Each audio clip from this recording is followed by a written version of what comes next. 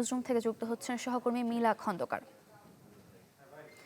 মিলা, মধ্যরাত থেকে যুদ্ধ চলছে এবং ১৩৩ তালেবান সদস্যকে হত্যার দাবি করছে পাকিস্তান। হঠাৎ করে কেন এই যুদ্ধ শুরু হলো, কি তথ্য রয়েছে আপনার কাছে? দেশের মানুষকে প্রতিদিন সুরক্ষিত রাখার প্রত্যয় নিয়ে সেফটি কেবলস সহ এলো সেফ সিলিং ফ্যান।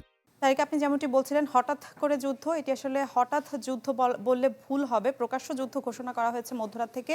কিন্তু আমরা যদি গেল বছর থেকেই দেখি, গেল বছরের অক্টোবর থেকে কিন্তু কয়েক দফায় দুই পক্ষের মধ্যে সীমান্তে সংঘর্ষ চলেছে এবং দক্ষিণ এশিয়ার এই যে দুই প্রতিবেশী দেশ আফগানিস্তান এবং পাকিস্তান, দুই দেশের সম্পর্কের সমীকরণ কিন্তু বেশ জটিল।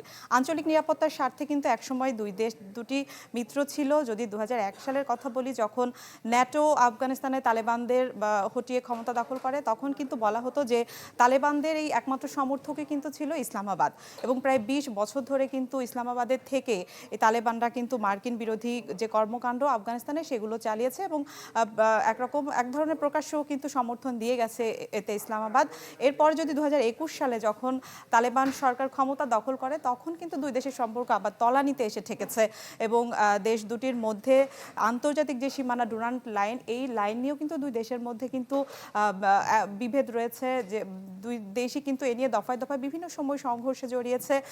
আপনি যেমনটি জানতে চাচ্ছিলেন যে সাম্প্রতিক যে ঘটনা, এই ঘটনা মাঝরাত থেকে দুই দেশ মোটামুটি যুদ্ধ, পাকিস্তানের প্রতিরক্ষা মন্ত্রী সামাজিক যোগাযোগ মাধ্যমে এক প্রকার ঘোষণাই দিয়ে দিয়েছেন যে এটি প্রকাশ্য যুদ্ধ, এবং মাঝরাত থেকে এখন পর্যন্ত কিন্তু সীমান্ত কিন্তু মোটামুটি একদম রক্তক্ষয়ী সংঘর্ষে পরিণত হয়েছে। সবশেষ পাকিস্তানের প্রতিরক্ষা মন্ত্রণালয় থেকে দাবি করা হয়েছে যে এর মধ্যে ১৩৩ তালেবান সদস্যকে তারা হত্যা করেছে এবং ২০০-র বেশি কিন্তু আহত হয়েছে। পাল্টা হামলার দাবি এসেছে আফগানিস্তানের পক্ষ থেকেও। তারা কয়েক ডজন পাকিস্তানি সেনা হত্যার দাবি করেছে এবং এর আগে শুক্রবারের যে ঘটনা, তার আগে বৃহস্পতিবার রাতেও কিন্তু আফগানিস্তান পাকিস্তানে কিন্তু হামলা চালায়। এই যে ঘটনা, এই শুক্রবারের যে যুদ্ধ, এই যুদ্ধের ঘটনা মূলত রোববার থেকে শুরু। রোববারে সীমান্তে পাকিস্তান ৭০ জন জঙ্গি গোষ্ঠী হত্যার দাবি করে এবং তার বদলা নিতে, তার জবাবেই কিন্তু বৃহস্পতিবার রাতে আফগানিস্তানের পক্ষ থেকে কিন্তু হামলা চালানো হয় এবং আফগানিস্তান যখন হামলা চালায় তার পরপরই শুক্রবার, এর কয়েক ঘন্টার পরপরই কিন্তু পাকিস্তানের পক্ষ থেকেও এই প্রকাশ্য যুদ্ধের ঘোষণা আসে। সারিকা,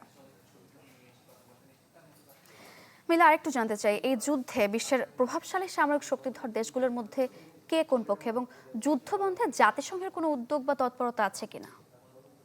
সারিকা, যেমনটি বলছিলাম যে এটি দুই দেশের আসলে একেবারে দ্বিপাক্ষিক সমস্যা। এখানে আন্তর্জাতিক কোনো মদদের কোনো খবর বা কোনো সামরিক সহায়তা এখন পর্যন্ত পাইনি।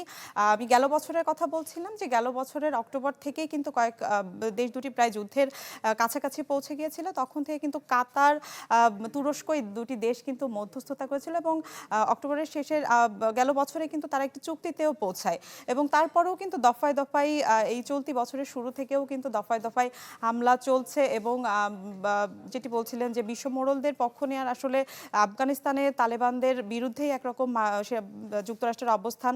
সো এখানে হচ্ছে সমর্থনের বিষয়টি সেইভাবে প্রকাশ্যে আসেনি, এখনো মধ্যস্থতা চলছে। জাতিসংঘের কথা বলছিলেন, জাতিসংঘ মহাসচিব এরই মধ্যে তিনি বিষয়টি পর্যবেক্ষণ করছেন এবং তিনি একাধিক বিবৃতি দিয়েছেন যে এই দুপক্ষকেই মীমাংসার টেবিলে আসার জন্য।